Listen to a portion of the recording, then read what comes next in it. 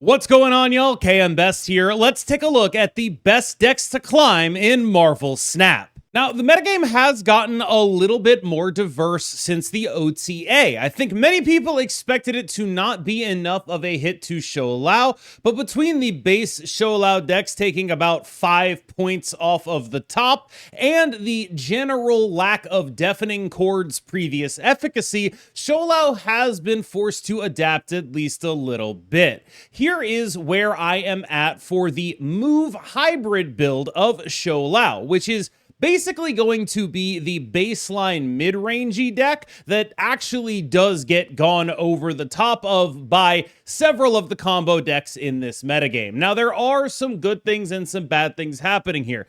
Baseline, though, this is an incredibly effective deck that is able to distribute power across multiple lanes in incredibly powerful and flexible ways, and that is the backbone here. The baseline premise of this deck is that you may have a bit less power than your opponent, but you also are much more able to distribute it than most other people are. Comparing this deck to a ramp deck sees two decks with fairly similar power levels, but one that is able to manipulate where its power is much more readily. That is the biggest advantage that this deck has. It is still an exceedingly powerful deck, and it does have the ability to interact with its opponent, if only in the form of Cosmo. Now, that is relevant interaction when you're afraid of things like maybe some Helas occasionally, some man spiders, some zombie Galacti. It's not perfect interaction, but it is relevant interaction. It's also relevant interaction when Shadow King is able to be played just a little bit more than he was before the patch, because this is simply a metagame that is less full of Shou-Lao, although it still sort of is, and those Shou-Lao decks are very often more hybridized, meaning there's less of the natural Shou-Lao counterplay to Shadow King, which is just throwing priority and slapping it on a Scarlet Spider. You're still going to see that, just you're going to see less of it.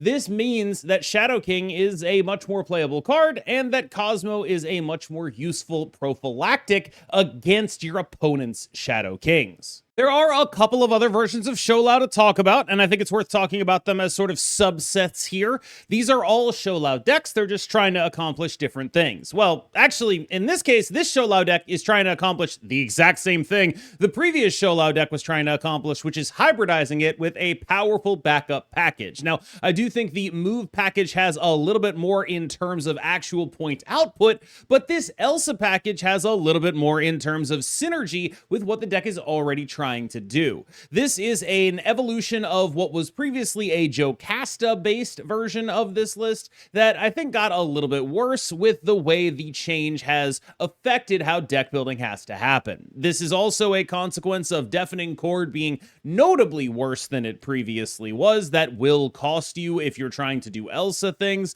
and so Elsa was not really a good option when Deafening Chord was.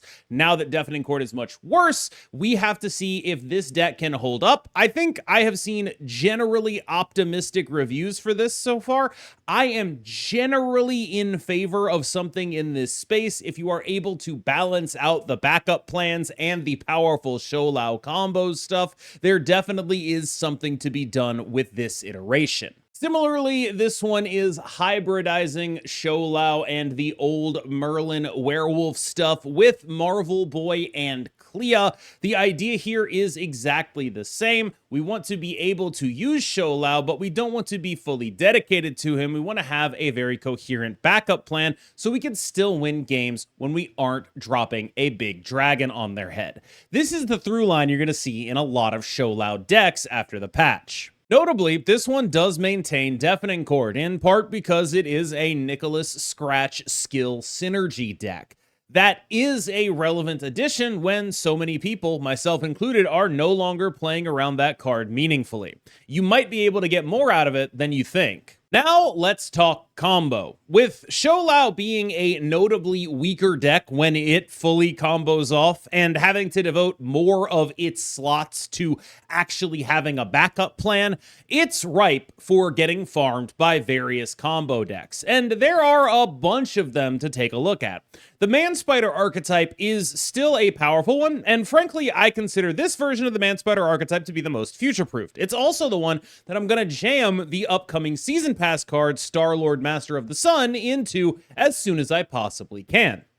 Now, what this deck is attempting to do is dodge as much interaction in the form of Shadow King as you possibly can. Which is interesting, because that is a good thing to do, especially in the abstract, but so much of what Shou-Lao decks are doing right now is being Cosmo decks, and Cosmo is actually really good against a lot of the things this deck is trying to do. You have Cosmo into the Man Spider, of course, but also just Cosmo into the lane that a Symbiote Spider-Man is on.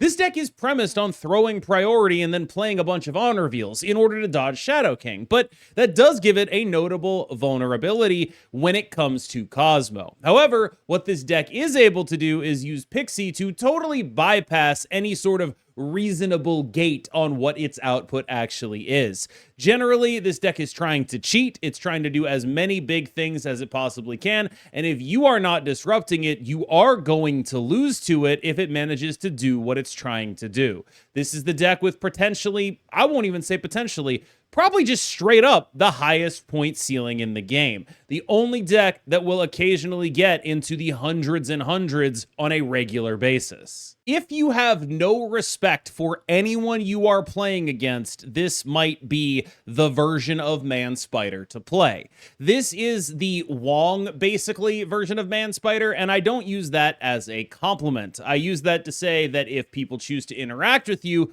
they will blow you up. This is a deck that doesn't have nearly as much built-in energy cheat, but does have a pretty massive amount of power. This deck is notably weaker to Shadow King because it is not cheating energy in the same way, and still fairly weak to Cosmo, although it does manage to force a lot more Cosmo 50-50s. This deck is built to optimize the output of Man Spider and generally try to win 2 lanes through a large Man Spider and then blowing it up and reviving it with doubled power.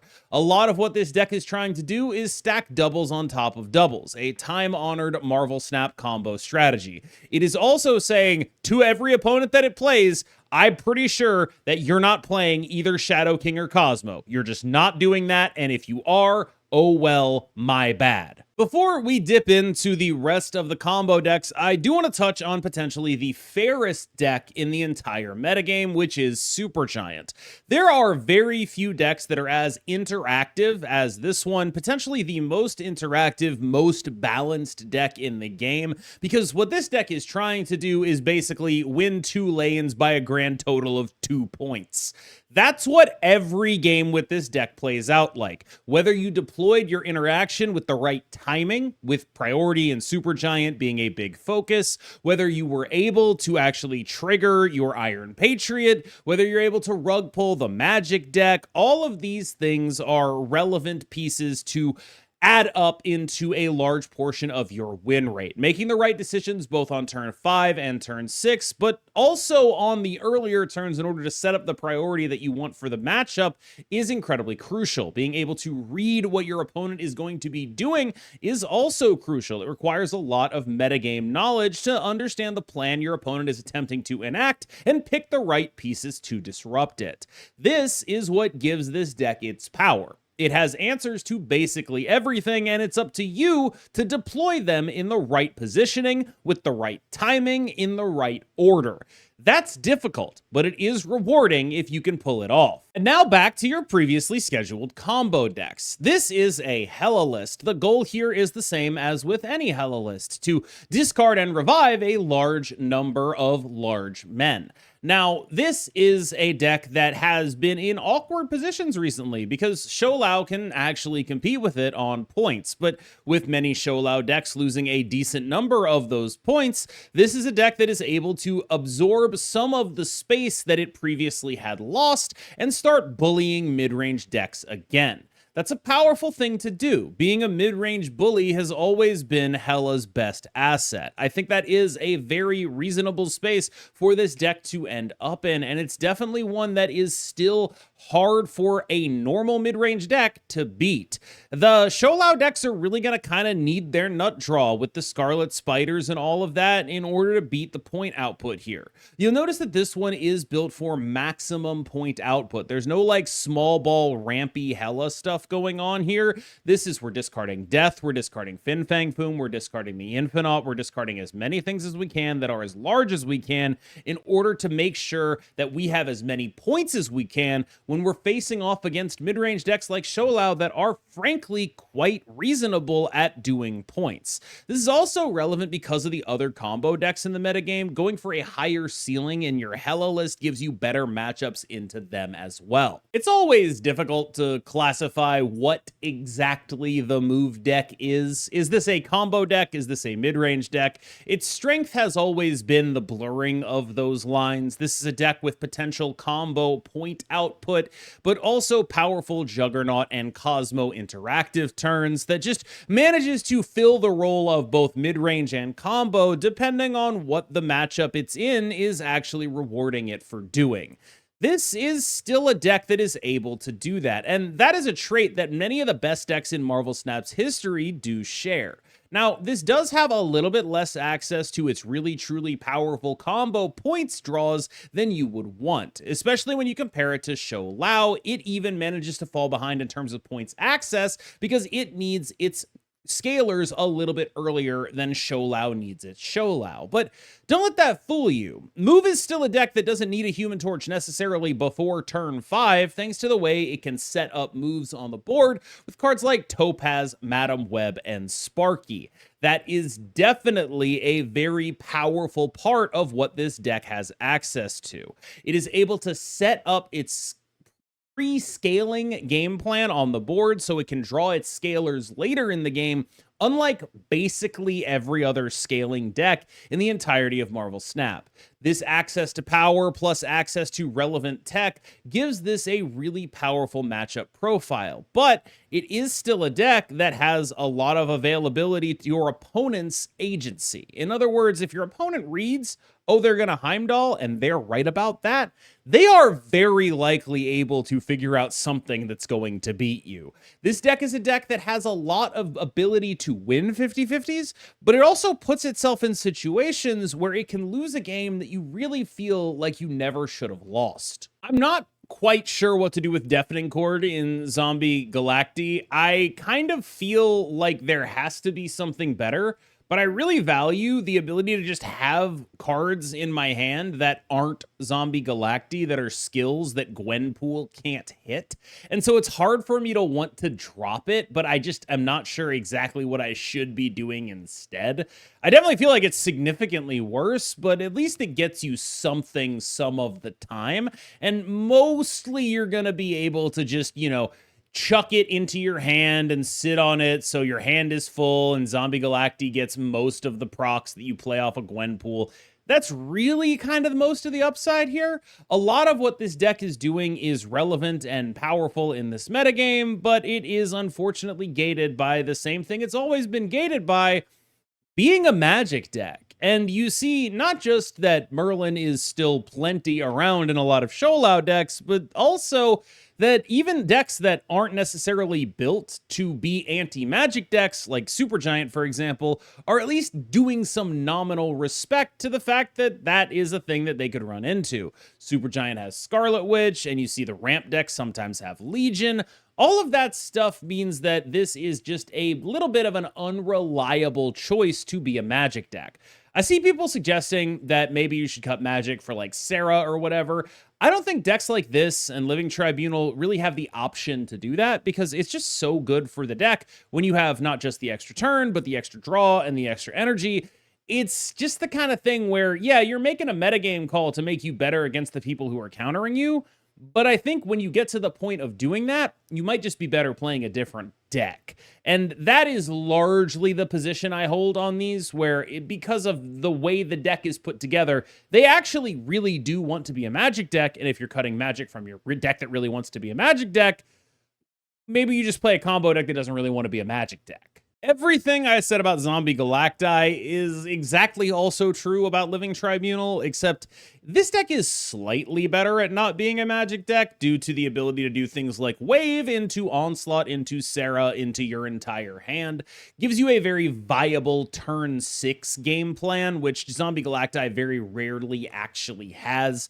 That's relevant. It's not nothing, but it is the kind of thing where it's like, okay, you know, this is cool. I'm glad I have it in here, but I still really do want to be a Magic deck a lot of the time. I do think Tribunal is pretty significantly underrated right now. This deck does points very efficiently and very effectively, and there really just aren't people interacting with it in a meaningful way. Deafening Chord fell off huge. You are not really going to see a lot of Enchantress. Even the decks that would normally be playing Enchantress, like Ramp, are doing things like Dragon Lord a decent amount of the time now because of the addition of Fin Fang Foom.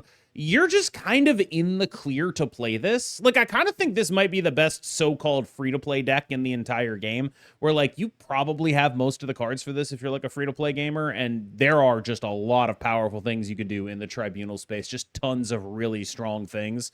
And I think that this is just a deck that just people aren't respecting, they're not meaningfully interacting with, and as long as you aren't married to, oh my god, I have to have this turn 7, you have a lot of power. This deck is much more able to be a deck that doesn't need to be a Magic deck than Galacti is, although it's not nearly on the level of a Man Spider deck, which is a combo deck with similar output that goes so far as to not even bother being a Magic deck. I do think that of the two major Magic decks, this is probably the better one to play right now, largely due to the lack of reliance on Magic and the much more powerful and less interactive output. I wanted to highlight a new space in the combo arena, or maybe I should say a new face, that face being Lin Li. This is a deck that is based on copying Lin Li as many times as you can, and then doubling up on the already doubled power of your copied Lin Li with things like Moonstone and Victoria Hand. The basic premise here is the same as it is with many Marvel Snap combo decks. Double the things that double themselves, and that'll give you a ton of point output. What I really want to know is where this deck sort of fits on the spectrum of like ongoing to Tribunal. Is this a deck that is able to meaningfully combo off with enough power to beat the sort of Shou-Lao decks enough? Is it able to distribute that power evenly enough? When I've played this deck both with and against it, it feels a little bit like the output is there, but there's a little bit less control over it than you would like. And you definitely have to figure out what exactly you're trying to be doing on a game-to-game basis. But I do think that in the context of what a combo deck is, this is definitely a contender for those spots we were talking about with non-magic-based combo. The numbers really are here when you pull off what this deck is trying to do. A hybridized version of it is something that Roram has been playing recently that I think is actually a pretty interesting piece. I bring this up to say that I think that there is probably something in the Lin Li Ancient One space that is doing something reasonably powerful. I'm not positive we found what it is, but we're talking about combo decks that don't need magic, and this is definitely the kind of thing that could really see some interesting developments in the near future. This is the kind of thing that I think really fits this metagame, and as these lists get refined into things that actually react to what they're seeing, rather than just figuring out what the best and most optimal point output 12 is, I think there is a lot of potential in the Lin Li space. My absolute favorite deck in the game is still Ramp. It's just a simple, powerful deck with a ton of output that, yes, has some bad combo matchups, that's real, but still just has a puncher's chance in so many different games. Fin Fang Foom is effectively Man Spider counterplay. You have Legion for the decks that are relying on magic. You just generally output a lot of points and are able to go over the top of things. It's genuinely my favorite deck in the game for the way it makes you feel. You are making simple decisions that really matter, and that to me is the core of the appeal of Marvel Snap, and this deck is just strong enough to deliver on that core appeal while still being a legitimate contender in the metagame. I think there is absolutely nothing bad that I can say about this archetype. Interestingly, Fairishem and Ramp are very, very similar decks in terms of how they choose to play out. It's simply leveraging resource advantages into just bigger and better cards on curve. Both of these decks are notably better than they were like just a few days ago. because of the lowered ceiling of Shou-Lao. These are now decks that are able to much more easily compete with a deck that lost about 5 points of output.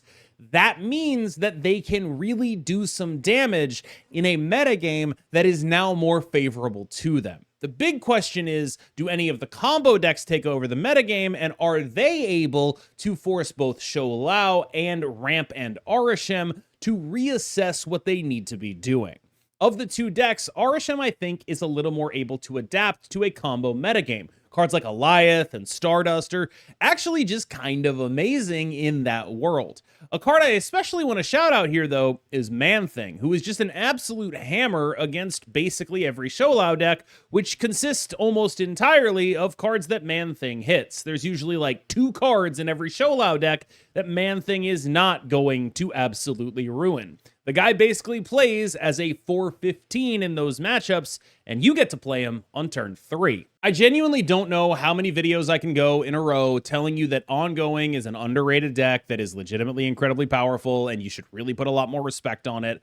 But Ongoing is a really legitimate deck that is really legitimately powerful, and you should put a lot more respect on it. The deck just works. If we're looking at a deck like Shou-Lao and we're saying, okay, it's 11 engine cards and then a Cosmo, what is the difference between that and this? It's genuinely just access to power and maybe some better RNG, but this deck has so much more potential. And I realize it is a little bit like Marvel Snap Potential Man. I understand that, but the numbers here have the ability to be so much bigger than any Shou-Lao deck is able to handle. Moonstone and a Iron Man copied Mystique is just it's too many points. This is one of the few mid-range decks that can look at a Man Spider deck and be like, look, I don't care that I don't have Shadow King. I have more power than you.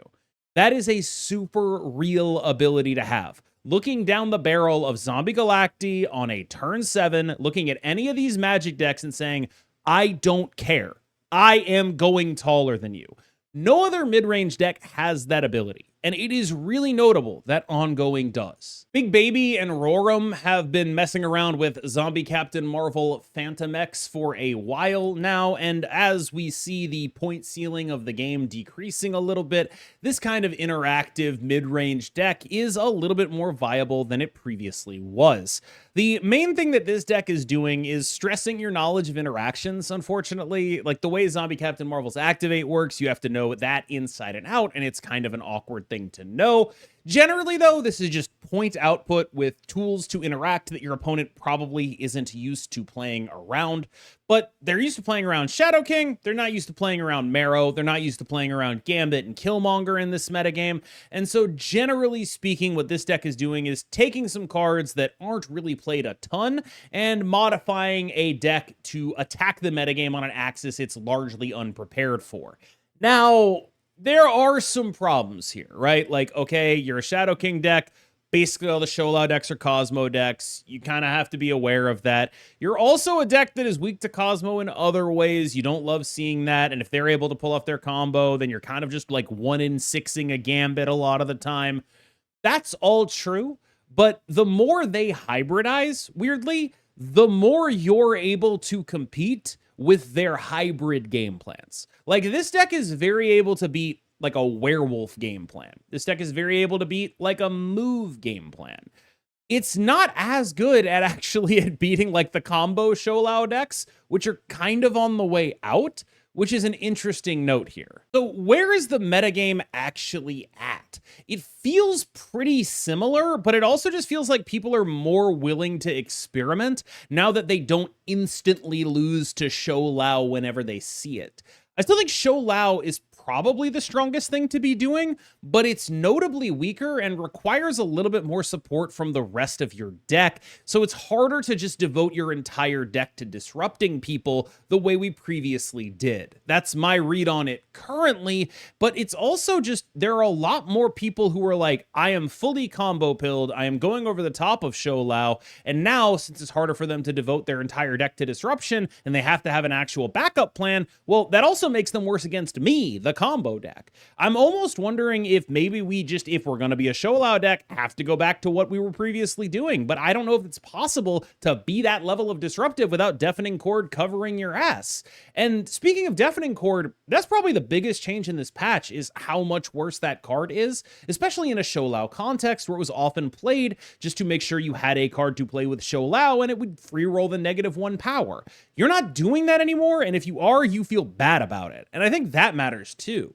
This is a different metagame, largely due to the absence of Deafening Chord and what that does to Shou-Lao decks than due to the absence of Shou-Lao. But it is notable. Deafening Chord definitely was the thing that got hit the hardest in this patch. You can tell. As always, I have been KMBest. You have been phenomenal, and I will see you in the next one. Remember to like and subscribe, and have a wonderful evening.